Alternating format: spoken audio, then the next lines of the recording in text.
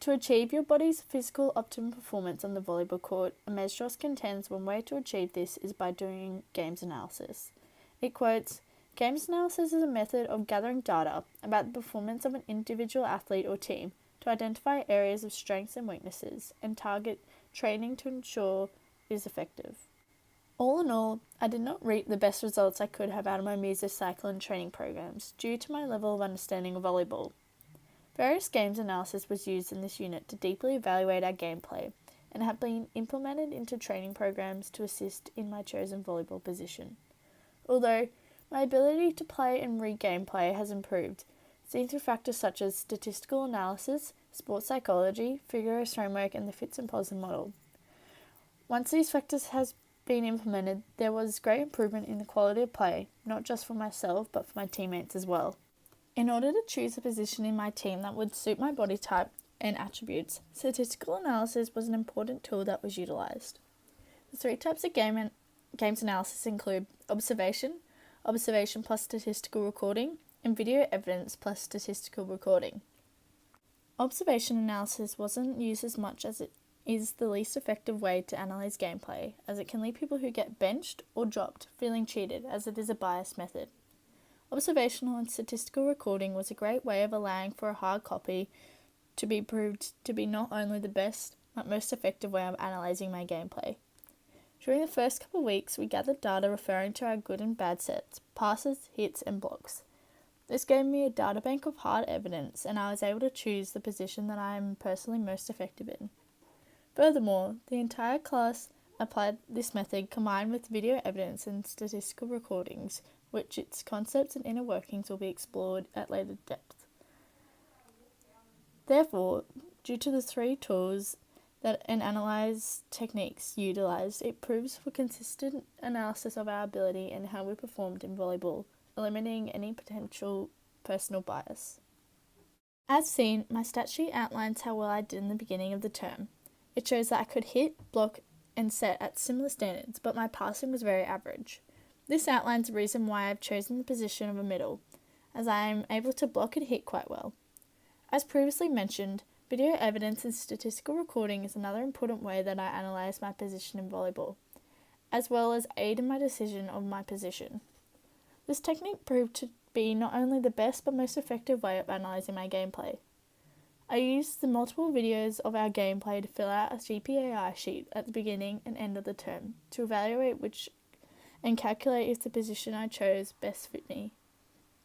It was clear that I had chosen a reasonably suited position for my skill levels, as my blocking scores and hitting scores improved marginally. As a middle, the somatotype is stereotypically an ectomorph, as you need to be tall and lean, which gives you a higher jump point, which is what is needed for a middle. As I am between a mesomorph and endomorph, it tells me that a middle isn't the best position for my somatotype. Once I had chosen my position of a middle, 2 training programs were divided to improve my gameplay as well as my team skills.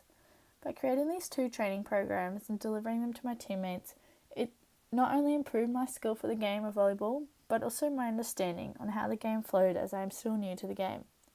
To follow on with this, although my mesocycles were not used to their full advantage, it allowed for me to put my training into perspective and ensuring I was doing plyometric and resistance training exercises such as jumping squats with a resistant band in the gym. This is supported by Myosource Kinetic Bands, who believe plyometric training sessions are extremely important to build explosive power and balance for gameplay.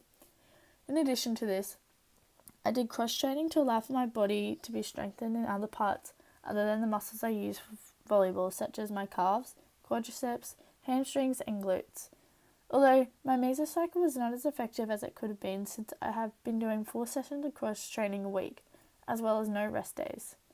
When I had my plyometric training, squats and box jumps were done on my gym training days to improve my explosive jumps and vertical jump height. If I had done more plyometric training, I could have improved as a middle better so that I could block and hit with more power and accuracy. Along with this, for future, I would have less cross-training to improve my specific volleyball gameplay. The importance of honing in on my position, which is a middle, is important for our team cohesion and sports psychology. The drills that I delivered to my team could have been better executed, which would have improved my team's skills and gives a knock-on effect which is passed on to me as I learn best from my team. Within Professor Peter Figueroa's framework, there are 5 levels: individual, interpersonal, institutional, structural, and cultural.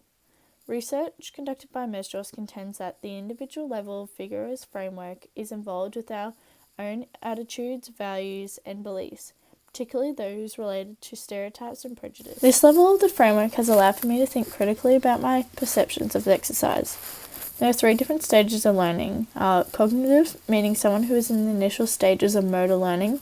Associative stage, a player who is beginning to demonstrate a more refined movement, and an autonomous stage learner, who can basically do the skill automatically. In our team, Oscar coached us, mostly leaving me learning in an interpersonal way. As I am a cognitive learner, learning from someone hands-on is an excellent way for me and has improved my skills immensely. My inability to pick up important skills such as passing, accurate hitting, and rotations in our gameplay put me in the position of a cognitive stage learner. After re-evaluating my statistics sheet, my results have varied slightly. My technique of blocking has improved and can be seen in my gameplay, although my hitting has stayed the same. This contradicts my own thoughts, as I felt I have been playing better in more recent times. A major factor to why I chose the position of middle is due to my team cohesion. For a team to be effective, there are 3 structural characteristics that must be developed. This include group roles, group norms, and social support. My team didn't have any specific group norms, but our rotation pattern stayed the same the whole time to ensure everyone got a fair amount of game time. Social support was shown in our team a great amount by supporting each other when a play doesn't go as planned, or someone messes up during a game or training. Support from teammates has been linked to increased feelings of team cohesion. Group roles were decided by putting the people who knew their position and who was the best at that position in first, then filling in the other people who aren't as skillful as them in the remaining positions. By the time it got to my position, we didn't have a middle, and as I'm not the best at any position in volleyball, I stepped up to fill that role. Looking back on it now, it wasn't my best choice of position, as I do not have a very good vertical jump height and I am not as tall as other members in my team. Something with someone like Chelsea would have been better suited for me, as she is taller and we both have the same level of experience, so it wouldn't have really mattered too much. As well as this, the setter position, which Chelsea is in right now, is known to be one of the easiest positions, meaning it would have been better for me to play as I am an amateur. Motor learning comes into action here, playing a major role of all sports, especially volleyball.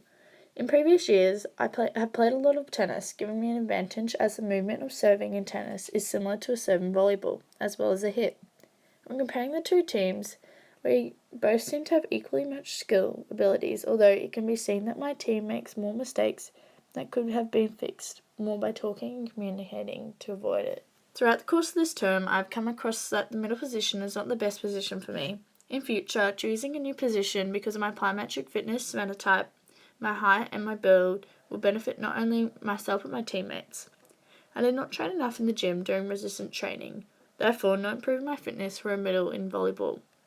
By applying plyometric training to my training program, it will utilise my muscle stretch reflex, allowing for maximal force production in a short explosive movement.